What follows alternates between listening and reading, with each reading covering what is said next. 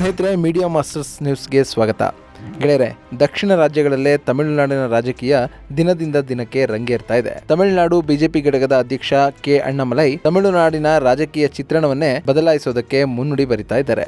ಇಲ್ಲಿವರೆಗೆ ತಮಿಳುನಾಡು ಅಂತಂದ್ರೆ DMK, AIADMK ಅನ್ನೋ ಹೆಸರುಗಳು ಮಾತ್ರ ಕೇಳಿ ಬರ್ತಾ ಇದ್ವು. ಆದ್ರೆ ಈಗ ಬಿಜೆಪಿಯ ಗುರುತುಗಳು ಕಾಣ್ತಾ ಇವೆ, ಬಿಜೆಪಿಯ ಹೆಸರು ಕೇಳಿ ಬರ್ತಾ ಇದೆ. ಇಲ್ಲಿ ಈ ರೀತಿಯ ವಾತಾವರಣ ನಿರ್ಮಿಸೋದಕ್ಕೆ ಕಳೆದ 6-7 ತಿಂಗಳಿಂದ ಅಣ್ಣಾಮಲೈ ಮಾಡ್ತಿರೋ ಪ್ರಯತ್ನ ಅಷ್ಟಿಷ್ಟಲ್ಲ. ಈ ಹಿಂದೆ ಆಯೋಜಿಸಿದ್ದ ಎನ್ ಮಣ್ ಎನ್ ಮಕ್ಕಳ ಪಾದಯಾತ್ರೆ ತಮಿಳುನಾಡಿನಾದ್ಯಂತ ಸಂಚರಿಸಿ ಈಗ ಅಂತಿಮ ಘಟ್ಟಕ್ಕೆ ಬಂದಿದೆ. ಈ ಯಾತ್ರೆಯ ಮೂಲಕ ಅಣ್ಣಾಮಲೈ ತಮಿಳುನಾಡಿನ ಸಾಮಾನ್ಯರನ್ನು ಕೂಡ ತಲುಪುವ ಪ್ರಯತ್ನವನ್ನ ಮಾಡಿದ್ದಾರೆ. ಸರ್ಕಾರದ ಭ್ರಷ್ಟಾಚಾರಗಳನ್ನ ಜನರ ಮುಂದಿಟ್ಟಿದ್ದಾರೆ. ಕೇಂದ್ರ ಸರ್ಕಾರದ ಅಭಿವೃದ್ಧಿ ಕಾರ್ಯಗಳ ಬಗ್ಗೆ ಜನರಿಗೆ ತಿಳಿಸಿದ್ದಾರೆ. ಈ ಮೂಲಕ ತಾವು ಅಧಿಕಾರಕ್ಕೆ ಬಂದ್ರೆ ಏನೆಲ್ಲ ಮಾಡ್ತೀವಿ ಅನ್ನೋದನ್ನ ಜನರಿಗೆ ತಿಳಿಸುವ ಪ್ರಯತ್ನವನ್ನ ಮಾಡ್ತಾ ಇದ್ದಾರೆ. ಈಗ ಇದೇ ಫೆಬ್ರವರಿ 27ರಂದು ಈ ಪಾದಯಾತ್ರೆಗೆ ತೆರೆ ಬೀಳಲಿದ್ದು, ಅಲ್ಲಿ ನಡೆಯುವ ಸಮಾರೋಪ ಸಮಾರಂಭದಲ್ಲಿ ಪ್ರಧಾನಿ ಮೋದಿ ಕೂಡ ಭಾಗಿಯಾಗಲಿದ್ದಾರೆ. ಹಾಗಾದ್ರೆ ಮೋದಿ ಭಾಗವಹಿಸುವಿಕೆಯಿಂದ ತಮಿಳುನಾಡಿನಲ್ಲಿ ಬಿಜೆಪಿಗೆ ಇನ್ನಷ್ಟು ಬಲ ಸಿಗಲಿದೆಯಾ? ಈ ಸಮಾವೇಶ ಎಲ್ಲಿ ಮತ್ತು ಹೇಗೆ ನಡೆಯಲಿದೆ? ಸಮಾವೇಶದ ವಿಶೇಷತೆಗಳೇನು? ಪಾದಯಾತ್ರೆಯಿಂದ ತಮಿಳುನಾಡಿನಲ್ಲಿ ಬಿಜೆಪಿಗೆ ಯಾವ ರೀತಿಯ ಬಲ ಸಿಕ್ಕಿದೆ? ಮೋದಿ ಈ ಸಮಾರೋಪ ಸಮಾರಂಭಕ್ಕೆ ಬರೋದ್ರಿಂದ ಆಗುವ ಅನುಕೂಲಗಳೇನು ಅನ್ನೋದ್ರ ಬಗ್ಗೆ ಒಂದಷ್ಟು ಮಾಹಿತಿಯನ್ನ ನಾವಿಲ್ಲಿ ನೋಡೋಣ.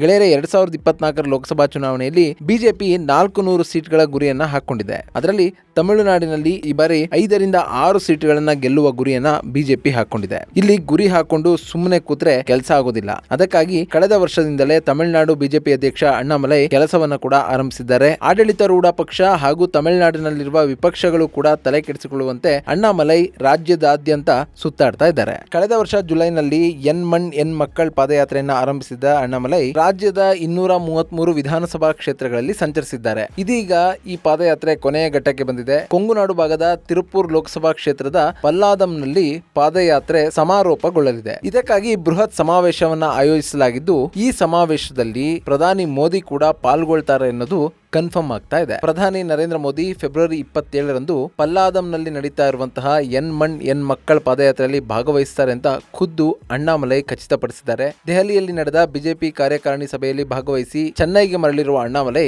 ಈ ಬಗ್ಗೆ ಮಾಹಿತಿಯನ್ನ ಹಂಚಿಕೊಂಡಿದ್ದಾರೆ. ಮೋದಿ 2 ದಿನಗಳ ಕಾಲ ತಮಿಳುನಾಡಿಗೆ ಭೇಟಿ ಕೊಡ್ತಾರೆ. ಫೆಬ್ರವರಿ 27ರಂದು ಸಭೆ ಸಮಾರಂಭಗಳಲ್ಲಿ ಭಾಗಿಯಾದ್ರೆ ಫೆಬ್ರವರಿ 28ರಂದು ಇತರೆ ಅಧಿಕೃತ ಕಾರ್ಯಕ್ರಮಗಳಲ್ಲಿ ಭಾಗಿಯಾಗ್ತಾರೆ ಅನ್ನೋ ಮಾಹಿತಿಯನ್ನ ಅಣ್ಣಾಮಲೈ ಕೊಟ್ಟಿದ್ದಾರೆ.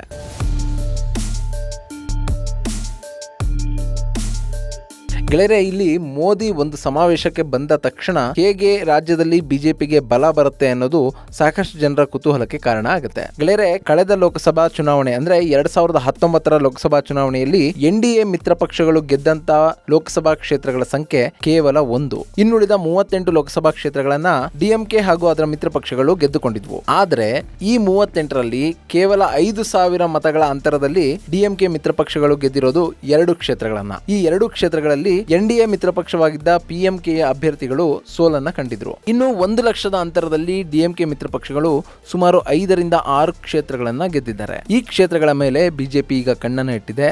ಅಲ್ಲದೆ ಕೊಂಗುನಾಡು ಭಾಗದಲ್ಲಿ ಅಂದ್ರೆ ಎಐಎಡಿಎಂಕೆಯ ಬಲ ಎಲ್ಲಿ ಹೆಚ್ಚಾಗಿದೆಯೋ ಆ ಭಾಗದಲ್ಲಿ ಬಿಜೆಪಿ ತನ್ನ ಪ್ರಭಾವವನ್ನ ಹೆಚ್ಚಿಸಿಕೊಳ್ಳೋದಕ್ಕೆ ಪ್ರಯತ್ನವನ್ನ ಮಾಡ್ತಾ ಇದೆ. ಕೊಂಗುನಾಡು ಭಾಗದಲ್ಲಿರುವ ತಿರುಪೂರು, ಕೊಯಮತ್ತೂರು ಸೇರಿದ ಹಾಗೆ ಸಾಕಷ್ಟು ಕಡೆಗಳಲ್ಲಿ ಬಿಜೆಪಿಯ ಬಲ ಹೆಚ್ಚಾಗ್ತಾ ಇದೆ.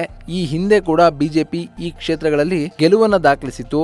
ಆ ಗೆಲುವನ್ನ ಈಗ ಪುನರಾವರ್ತಿಸೋದಕ್ಕೆ ಎಲ್ಲಾ ಪ್ರಯತ್ನಗಳು ನಡೀತಾ ಇವೆ. ಆ ಪ್ರಯತ್ನಕ್ಕೆ ಬಲವಾಗಿ ಮೋದಿ ನಿಲ್ತಾರೆ ಅನ್ನೋ ನಂಬಿಕೆ ತಮಿಳುನಾಡಿನ ಬಿಜೆಪಿ ಕಾರ್ಯಕರ್ತರಲ್ಲಿದೆ.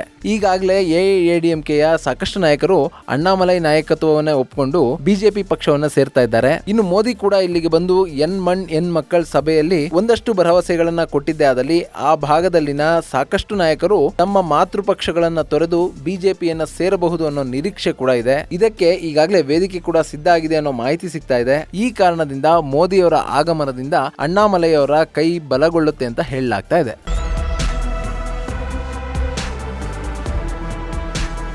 ಇನ್ನು ಈಗ ನಡೀತಾ ಇರುವಂತಹ ಸಮಾವೇಶವನ್ನ ತುಂಬಾನೇ ಅದ್ದೂರಿಯಾಗಿ ಸಂಘಟಿಸಲಾಗ್ತಾ ಇದೆ. ಈ ಹಿಂದೆ ಯಾವತ್ತೂ ಕೂಡ ತಮಿಳುನಾಡಿನಲ್ಲಿ ಇಂತಹ ಸಮಾವೇಶವನ್ನ ಬಿಜೆಪಿ ಪಕ್ಷ ಮಾಡಿರಲಿಲ್ಲ ಅಂತಲೇ ಹೇಳಲಾಗ್ತಾ ಇದೆ. ಸುಮಾರು 5 ಲಕ್ಷ ಜನ ಕುಳಿತುಕೊಳ್ಳೋದಕ್ಕೆ ವ್ಯವಸ್ಥೆಗಳಾಗಿವೆ.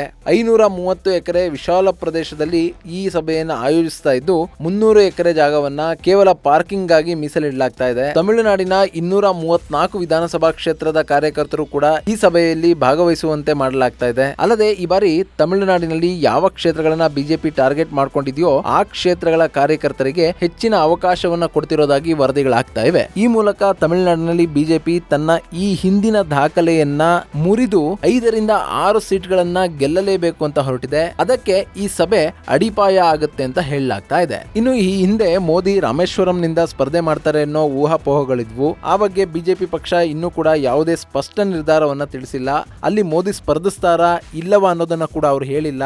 ಈ ಮೂಲಕ ಅಲ್ಲಿ ಪ್ರಧಾನಿ ಮೋದಿ ಅವರ ಸ್ಪರ್ಧೆಯನ್ನ ಸಸ್ಪೆನ್ಸ್ ಆಗಿ ಇಡಲಾಗ್ತಾ ಇದೆ. ಒಂದು ವೇಳೆ ಪ್ರಧಾನಿ ಮೋದಿ ದಕ್ಷಿಣದಿಂದ ಸ್ಪರ್ಧಿಸಿದ್ದೇ ಆದಲ್ಲಿ ಅಲ್ಲಿ ಅವರು ಜಯ ಗಳಿಸೋದ್ರ ಜೊತೆಗೆ ಅಕ್ಕಪಕ್ಕದ ಕ್ಷೇತ್ರಗಳು ಹಾಗೂ ಬಿಜೆಪಿಯ ಬಲ ಹೆಚ್ಚಿರುವಂತಹ ಕ್ಷೇತ್ರಗಳಲ್ಲಿ ಬಿಜೆಪಿಯ ಅಭ್ಯರ್ಥಿಗಳು ಗೆಲ್ಲುವಂತೆ ಪ್ರಭಾವವನ್ನ ಕೂಡ ಅವರು ಬೀರ್ತಾರೆ. ಹೀಗಾಗಿ ತಮಿಳುನಾಡಿನಲ್ಲಿ ಬಿಜೆಪಿಯ ರಾಜಕೀಯವನ್ನ ವಿಪಕ್ಷಗಳು ಕೂಡ ತುಂಬಾನೇ ಕುತೂಹಲದಿಂದ ನೋಡ್ತಾ ಇವೆ.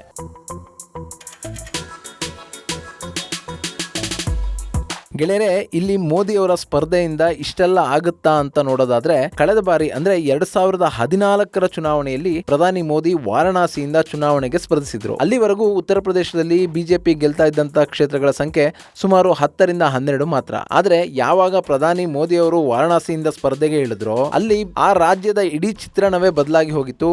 ಅಂದಿಗೆ ಪ್ರಧಾನಿ ಅಭ್ಯರ್ಥಿಯಾಗಿದ್ದ ಮೋದಿ ಅವರು ವಾರಣಾಸಿಯಿಂದ ಕಣಕ್ಕಿಳಿದ ಕಾರಣದಿಂದ ಆ ಚುನಾವಣೆಯಲ್ಲಿ ಬಿಜೆಪಿ ಪಕ್ಷ 71 ಕ್ಷೇತ್ರಗಳನ್ನ ಉತ್ತರ ಪ್ರದೇಶ ಒಂದರಿಂದಲೇ ಗೆದ್ದುಕೊಂಡಿತ್ತು. ಅಲ್ಲದೆ ಬಿಜೆಪಿಯ ಮಿತ್ರ ಪಕ್ಷವಾಗಿದ್ದ ಅಪ್ನಾದಳ ಸೋನೆಲಾಲ್ 2 ಕ್ಷೇತ್ರಗಳನ್ನ ತನ್ನ ಬುಟ್ಟಿಗೆ ಹಾಕೊಂಡಿತ್ತು. ಹೀಗಾಗಿ ಒಟ್ಟು 73 ಕ್ಷೇತ್ರಗಳು ಉತ್ತರ ಪ್ರದೇಶ ಒಂದರಿಂದಲೇ ಬಿಜೆಪಿಯ ಪಾಲಿಗೆ ಸಿಕ್ಕಿದ್ವು. ಆದ್ರೆ ತಮಿಳುನಾಡಿನಲ್ಲಿ ಮೋದಿ ಅವರ ಸ್ಪರ್ಧೆಯಿಂದ ಇಷ್ಟೆಲ್ಲ ಆಗಬಹುದು ಅಂದ್ರೆ ಅದು ಅತಿಶಯೋಕ್ತಿ ಆಗುತ್ತೆ. ಬಟ್ ಇಲ್ಲಿ ಒಂದಷ್ಟು ಕ್ಷೇತ್ರಗಳ ಮೇಲೆ ಮೋದಿಯ ಪ್ರಭಾವ ಕೆಲಸ ಮಾಡಬಹುದು ಅನ್ನೋದು ಕೂಡ ಸುಳ್ಳೇನಲ್ಲ. ಯಾಕೆಂದ್ರೆ ರಾಮೇಶ್ವರಂ, ಕನ್ಯಾಕುಮಾರಿ, ಕೊಯಮತ್ತೂರು, ತಿರುಪತ್ತೂರು, ಕರೂರ್ ಭಾಗಗಳಲ್ಲಿ ಬಿಜೆಪಿಯ ಬಲ ಹೆಚ್ಚಾಗ್ತಾ ಇರೋದನ್ನ ವಿಪಕ್ಷಗಳೇ ಒಪ್ಪಿಕೊಳ್ತಾ ಇವೆ. ಹೀಗಾಗಿ ಮೋದಿ ತಮಿಳುನಾಡಿಗೆ ಬರ್ತಾ ಇರೋದ್ರಿಂದ ಅಲ್ಲಿ ಬಿಜೆಪಿಯ ಬಲ ಹೆಚ್ಚಾಗಬಹುದು ಅಂತ ಹೇಳಲಾಗ್ತಾ ಇದೆ.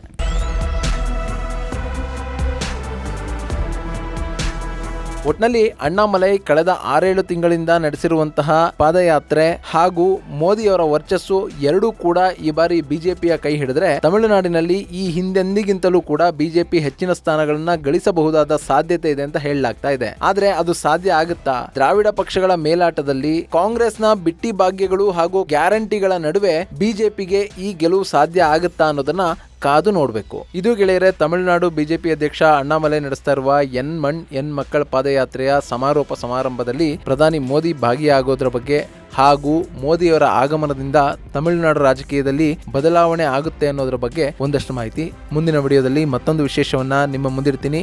ಅಲ್ಲಿವರೆಗೂ ನಮಸ್ಕಾರ.